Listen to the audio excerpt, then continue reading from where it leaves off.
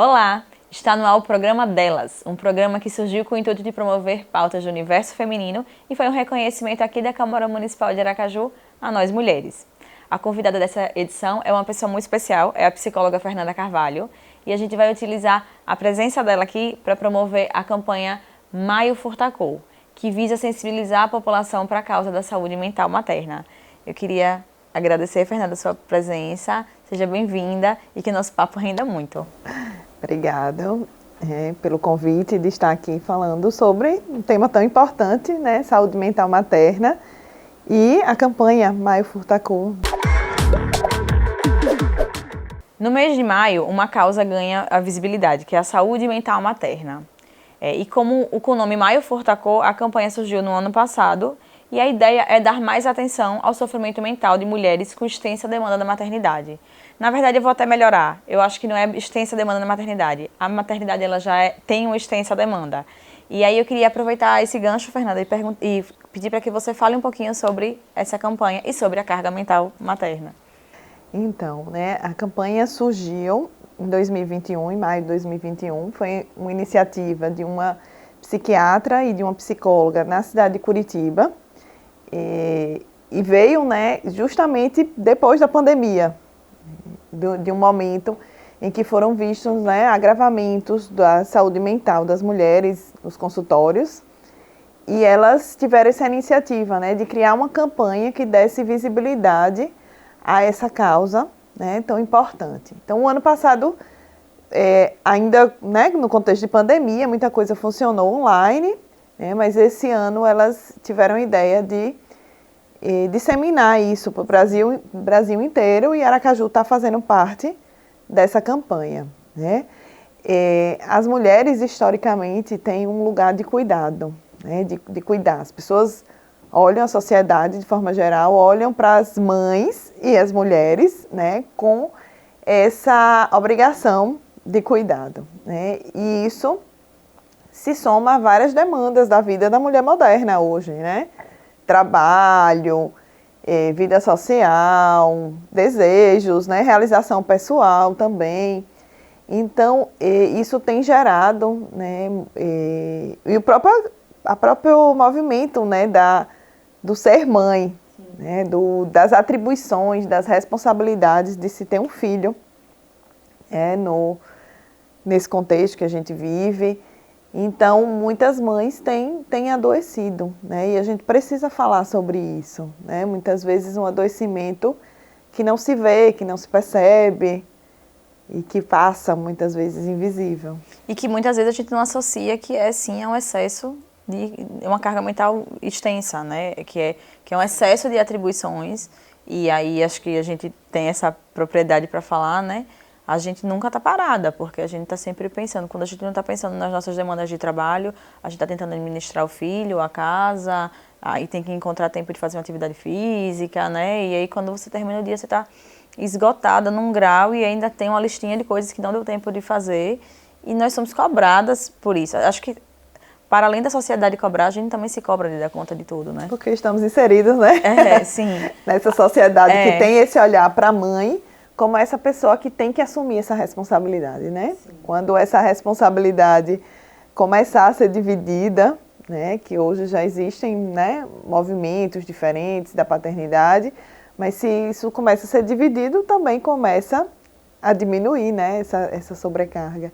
A questão é que a sobrecarga materna, ela é muitas vezes invisível, Essas demandas, essas tarefas, elas são invisíveis. Ninguém vê, Uma pessoa estava até me dizendo, assim, quando a gente estava conversando sobre isso, ela falou, até estar o lanche na lancheira da criança, tem um processo muito grande por trás disso, que a gente não se dá conta. Então, a gente não é só executor da atividade, a gente tem que pensar tudo que é necessário para até a atividade ser efetivada. E muitas vezes isso fica a cargo da mãe. Lembrar de marcar consulta, de quando é que tem que voltar, as demandas da escola. E não é só levar e pegar as atividades, o que a escola pede no meio do caminho, no meio da sua programação. Então, tem coisas aí, né, dessa preocupação da mulher que não são vistas, né, que as pessoas não veem e não se dão conta. Porque as mulheres também, né, e mães, muitas vezes silenciam nesse movimento. Então, esse Acho é que uma nem das percebem, propostas. né? Assim, nem percebem que isso é uma coisa que dá pra você dar uma parada, dá pra você respirar e dizer assim, peraí, eu não preciso fazer tudo sozinha, né? Porque a gente vai tanto no automático de que, não, isso é coisa minha, isso eu vou fazer, isso, né? Já vai no automático de que é uma atribuição nossa e tá fazendo e de repente tá sufocada com, né, com 200 mil coisas pra dar conta e não dando conta.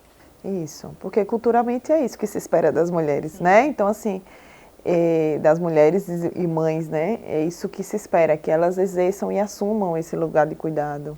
E é isso que a ideia da campanha traz também, né? De dar visibilidade a esses temas, ao que está causando a saúde mental das mães. E aí, por isso, a campanha não é só para as mães, né? Mas é para sensibilizar toda a população sobre o que vem causando adoecimento da mãe, como é que as mães estão e o que é que a gente precisa pensar, né? Enquanto transformação social mesmo. Fernanda, há pouco tempo a gente tem falado sobre maternidade real, exaustão e as dificuldades vividas por quem, ao contrário do que muita gente pensa, né, não nasce pronta para assumir esse papel, e também uma forma de dar outro tipo de visibilidade para essas mulheres. Você já explicou aqui sobre o intuito da campanha, mas aí eu queria falar duas coisas que eu acho interessantes, que é essa coisa da maternidade real, que é um termo que ainda é recente, a gente ainda usa muito, mas que eu acho acho que a intenção do termo maternidade real é muito boa, mas todas as mães, elas têm uma maternidade real, né?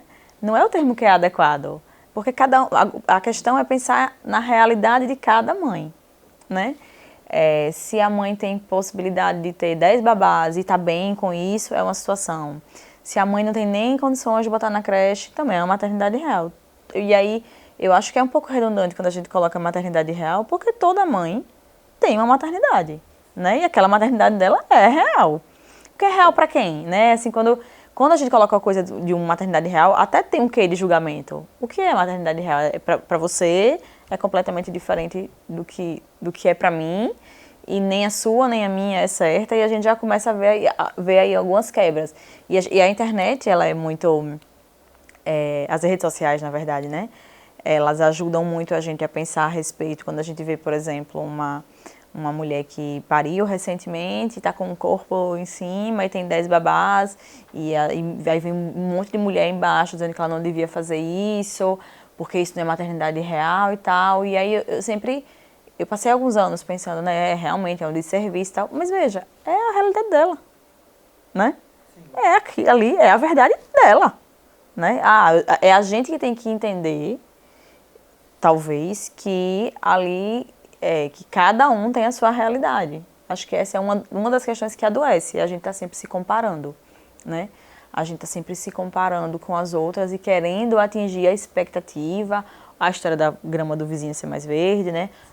Como é que ela dá conta? Eu não dou conta. E aí, né? E aí tem um marido, ou então é mãe solo, e sabe? E aí começa essa questão toda de ter que ser uma coisa que você não dá, né? Que não é possível para você.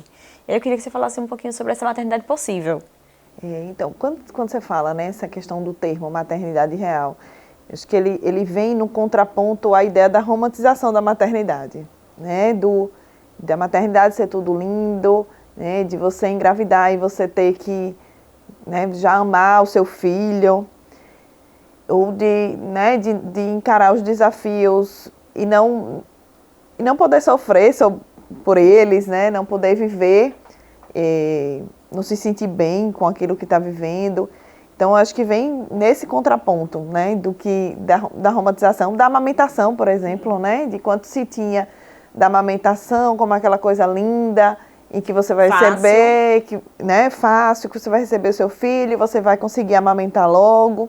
Então, eu acho que e que não é o real, realmente, né? Vai ser o real para algumas pessoas, né? Para algumas pessoas vai ser mais fácil, para outras vão ter mais desafios. Então, eu acho que essa ideia, né, do maternidade real vem em contraponto à ideia da romantização.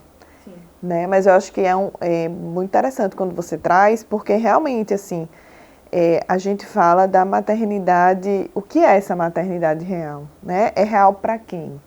Né? Como é que eu escolho, ou como é que eu posso escolher, né? Qual é a minha realidade para eu exercer a minha maternidade, né? Para eu ser a mãe que eu desejo, em que sociedade, em que cultura, em que família eu estou inserida para exercer, né?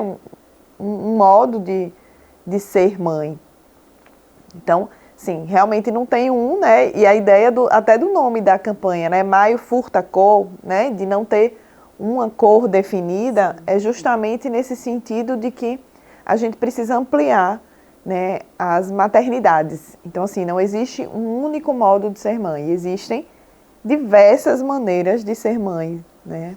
E não existe um manual. Ninguém chega para você e entrega um manual dizendo, né, o que vai fazer e que vai dar certo. Mas, às vezes, acredito, como você falou, né, das redes sociais, tem muito esse tem que, você tem que fazer isso, você tem que fazer aquilo. E quando a gente faz isso, a gente acaba perdendo a oportunidade de ser quem a gente é. Começa na gravidez, né? Quer dizer, acho que até antes da gravidez.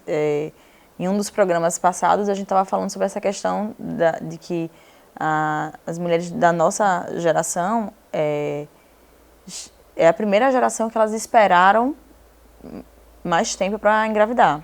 E agora muitas estão com dificuldade de engravidar por uma questão hormonal, né? Uma questão física mesmo. E aí eu tenho algumas amigas que estão se questionando. E aí, bateu na porta, mas será que eu quero? Né? Será que eu quero ou será que alguém quer que eu queira? Né? E aí fica muito nessa questão. Então, assim, veja, até quando você se propõe a querer engravidar, você nem sabe se a gravidez é uma coisa sua, desejada, né? Ou é simplesmente uma das coisinhas que você precisa fazer para você ser bem-sucedida, como mulher, né? E eu tenho vivenciado com várias amigas essas situações. Não se fala tanto até porque congelar óvulo é uma coisa que é muito cara, né? Não é todas as mulheres que têm acesso. Mas é preciso já falar para essa geração agora que há um limite para você, né, esperar e que trabalhar essa ideia de que tudo bem não ser mãe, de que pensar nessas mulheres que chegaram aos 35 mais, né, e estão encontrando essas dificuldades e estão perdidas. Porque o que eu vejo, são assim, eu nem sei se eu quero ter, mas eu tô tentando entender a possibilidade. Eu não sei se eu quero ter, mas eu tô sendo obrigada a resolver agora, né? E eu tô pronta, eu quero, não sei se eu quero. Né? Pensar nessa coisa, trabalhar essa ideia de que não é preciso ser mãe, né? Mãe, você precisa querer ser mãe. Existe essa ideia, né, no nosso contexto de que toda mulher precisa ser mãe para ser realizada, né? E tá tudo bem. E dentro da própria maternidade é isso, né, que você fala, né, dessa pressão social. Então, assim, dessa pressão social que também chega para as mães, né? Como é que essa mãe, como é que eu quero ser com meu filho? O que é que eu quero fazer? Como é que é a relação que eu quero estabelecer? Né? E esses tem-ques, né? Esse manual aí, acaba colocando, como se a gente quisesse colocar todo mundo nas caixinhas iguais, né? E a gente não vai. Não vai, Não, e assim, essa coisa de não conseguir entrar na caixinha... Cada um tem a sua realidade, né? E a mulher muitas vezes se perde nesse processo da maternidade, né, com a maternidade, deixa de se reconhecer. Antes até sabia, né, o que queria e acaba perdendo um pouco desse reconhecimento de si. Né? Então, esse é um trabalho importante, né, de resgatar quem é essa mulher, para além de ser mãe também, porque ela não é só mãe na vida. Né? Ela é mãe, mas ela tem vários outros papéis. Então, quem é essa mulher, essa mãe, essa profissional, essa filha, amiga? Né? Vários papéis.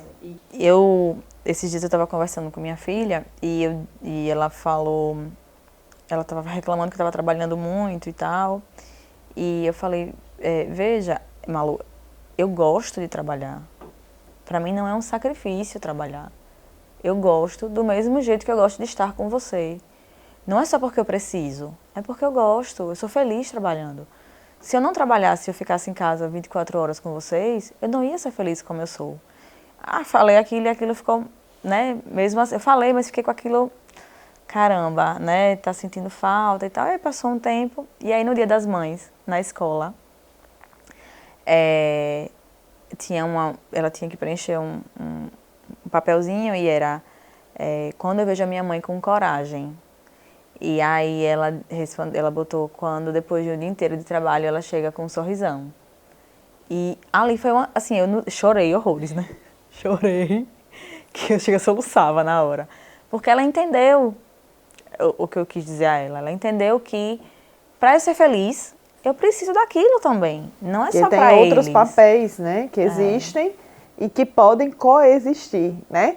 Talvez não na balança que a sociedade espera, de que a mãe dê conta de tudo isso, né? E consiga executar todos esses papéis 100%, né? Mas que a gente não vai, porque né, é impossível ser 100% em tudo. Mas como é que a gente pode, né, trazer essa ligação entre esses papéis?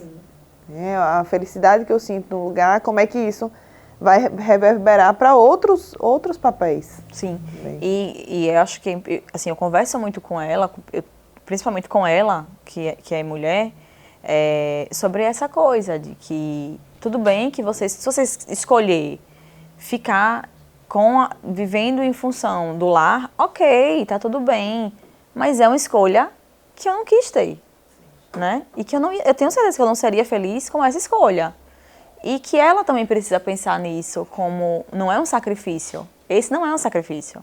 Essa é uma coisa legal de se viver, porque para além da mãe de Malu, né, tem uma mulher que é muito feliz. E eu sempre falo para ela, às vezes a mãe vai estar mais presente, às vezes a mãe vai estar menos presente.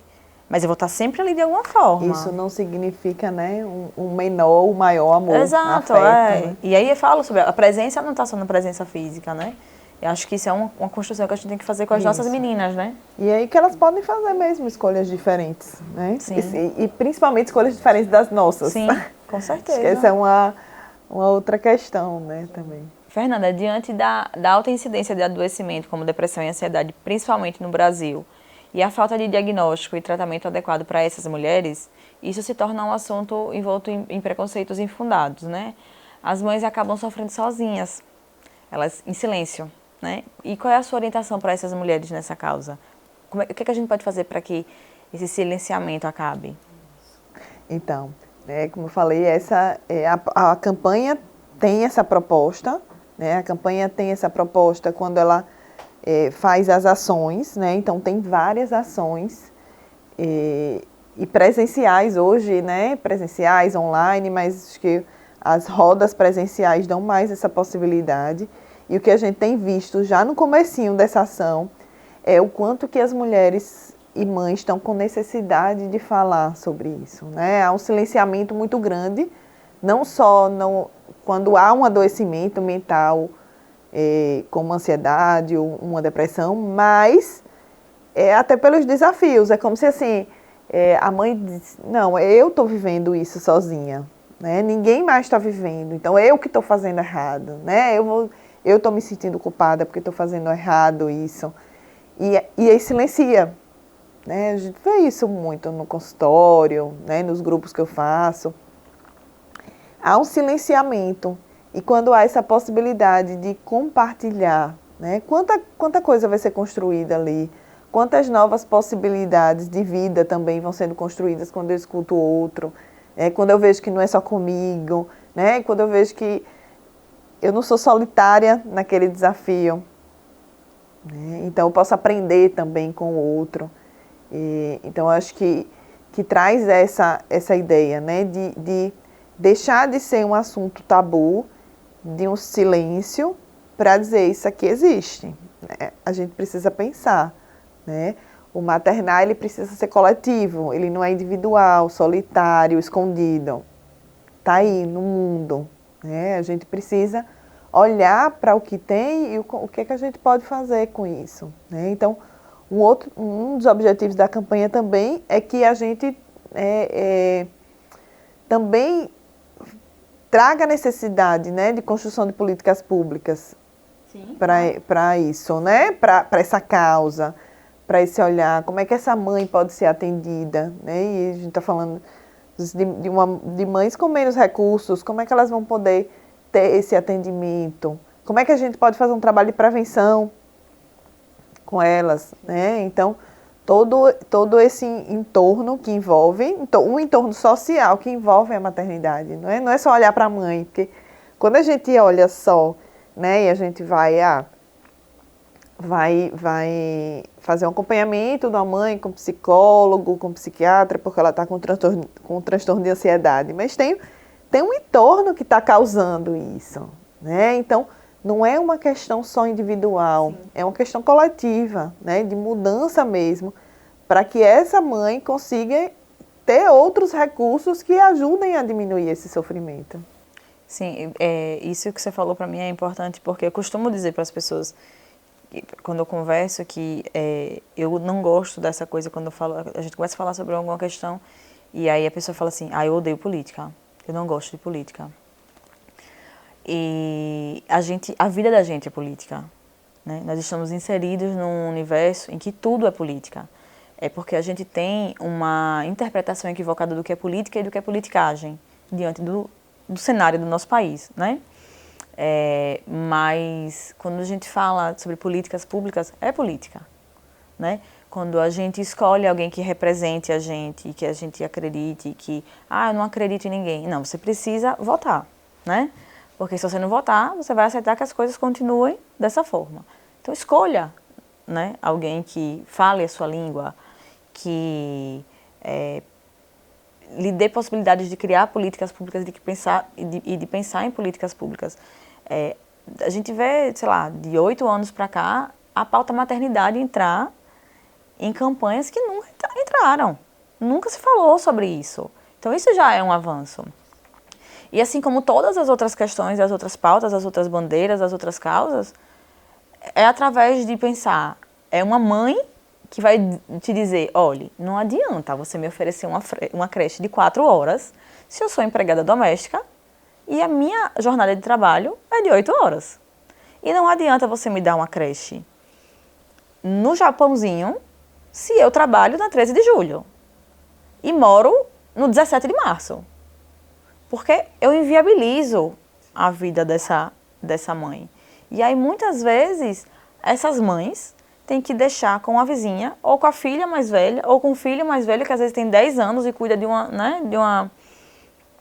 uma família, né? Vai para um fogão, faz uma comida e tal. Sendo que é simples de resolver. Se você pensar, se não forem só homens pensando e decidindo, por exemplo, o processo de educação de uma creche, a gente vai pensar, não, peraí, porque, olha, se eu for secretária de educação, eu vou dizer o seguinte, eu preciso de um integral, né? Agora, será que o homem vai pensar nisso? Será que ele consegue alcançar isso? Eu acredito que não, poucos, né? Eu acho que quando você traz, né, a gente está mesmo envolvida, né, nesse contexto, a gente precisa cobrar essas coisas, né? A campanha Mãe Furtacô, ela tem esse objetivo, né, e se coloca como uma campanha apartidária, né, trazendo justamente essa questão, né, não é um partido ou outro, ela é apartidária, mas ela tem esse objetivo de trazer à tona, né, de ser inclusiva, sim, de ser colaborativa, né, uma campanha voluntária também. Então, pensando mesmo nessa construção, né, de o que a gente precisa fazer socialmente para mudar esse contexto, porque não é um problema individual. Sim. Né? É uma questão que precisa ser vista de forma coletiva. Sim. E para isso eu preciso ampliar os horizontes e não me fechar também só naquela mãe. Exato. Porque o contexto dela, digamos, está contaminado de alguma forma, sim, né? Tá adoecedor, né? Exato. Está provocando adoecimento. E é preciso, essa coisa da política, das políticas públicas e tal, eu sempre comento, veja, quando você tem um buraco na sua rua, é política. Quando você precisa ser ouvida por alguma questão e lutar pelas coisas que você acredita, é política, né? Você tem que cobrar que olhem e que melhorem o seu universo, né? E quando a gente fala de maternidade, até a gente estava conversando sobre isso antes, que ainda assim, mães de classe média ainda têm uma possibilidade muito maior, né? De em busca até, né, do Exato, tratamento, de soluções de e se tal. perceber adoecida. De saber até o que é um processo de uma crise de ansiedade, uma depressão. E quem não tem, quem vive com um salário mínimo, né, e que tem que dar conta, às vezes, de 5 filhos, porque não houve uma política pública de saúde, né, que disse a ela que, ó, você tem condições de ter 4 filhos, né, para você fazer uma ligadura de trompa é um processo, para você colocar um DIU é um processo, né, e isso deveria ser simplificado, porque é a mãe, né? São crianças que são colocadas no mundo ali que não vão ter condições de serem gerenciadas, né? Tem uma mãe que é doente e aí existem diversos casos de mães que entram no alcoolismo, entram nas drogas. Por quê? Porque é barato beber. É barato você se drogar, né? Então, existem vários casos assim, se a gente pegar as planilhas das secretarias de saúde, gigantes os casos dos CAPs e dos CRAs, de mulheres que encontram no álcool a alternativa para esquecer, para adormecer dos problemas que tem, né? Porque falta a comida, ela não tem o que fazer. Aí ela entra naquele processo de beber para esquecer.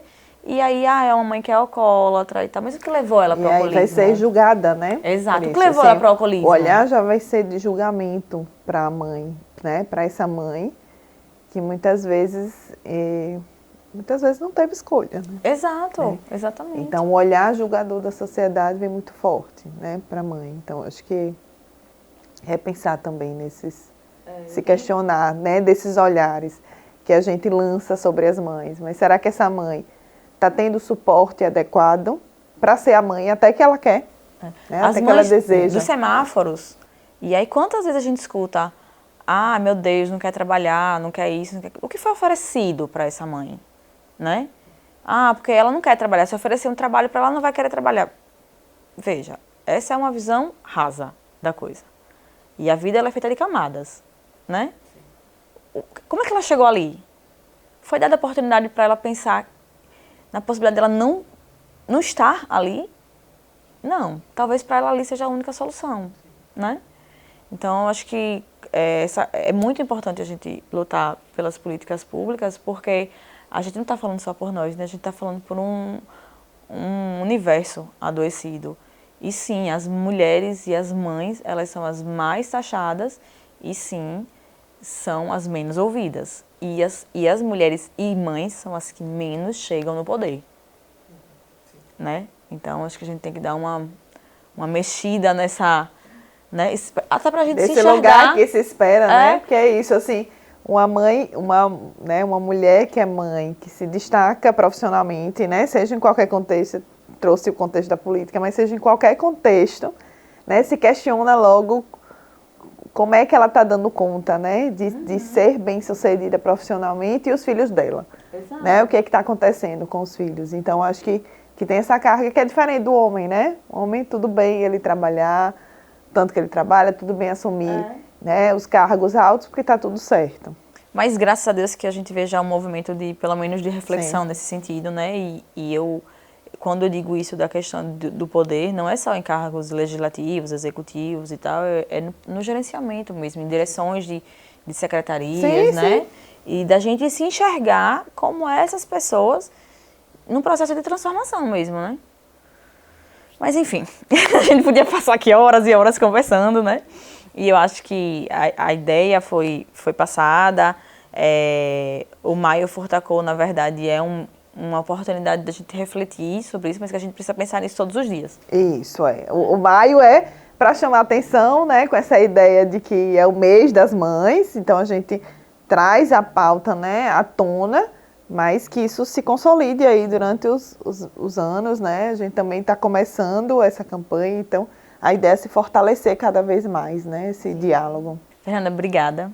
Em nome de todas nós aqui que fazemos o delas e acho que dos meninos principalmente, é importante ouvir isso, é importante Porque a gente sempre fala que o programa, a ideia do programa, o programa é de mulheres, mas é mais para homens do que para as mulheres, porque essas pautas a gente já sabe. Isso já é discutido. Né? A gente já sabe. A gente precisa que eles escutem, eles vejam e eles entendam que existe... E repensem, né? Que existe uma coisa para além do espelho, né? Pensar um pouquinho, ó, para além de mim existe um universo que talvez eu não tenha nunca pensado nisso. E acho que a gente cumpriu o papel hoje de falar um pouquinho sobre isso. Obrigada, Ki, né? Espero que o recado tenha sido dado, né? E que a gente consiga promover mesmo, né? Essas reflexões. E as reflexões que vão levar a movimentos, né, de transformação. Que a gente sabe que não vai acontecer de uma hora para outra, mas é um processo, né, aos pouquinhos a gente pode ir repensando e construindo. Obrigada, Fernanda.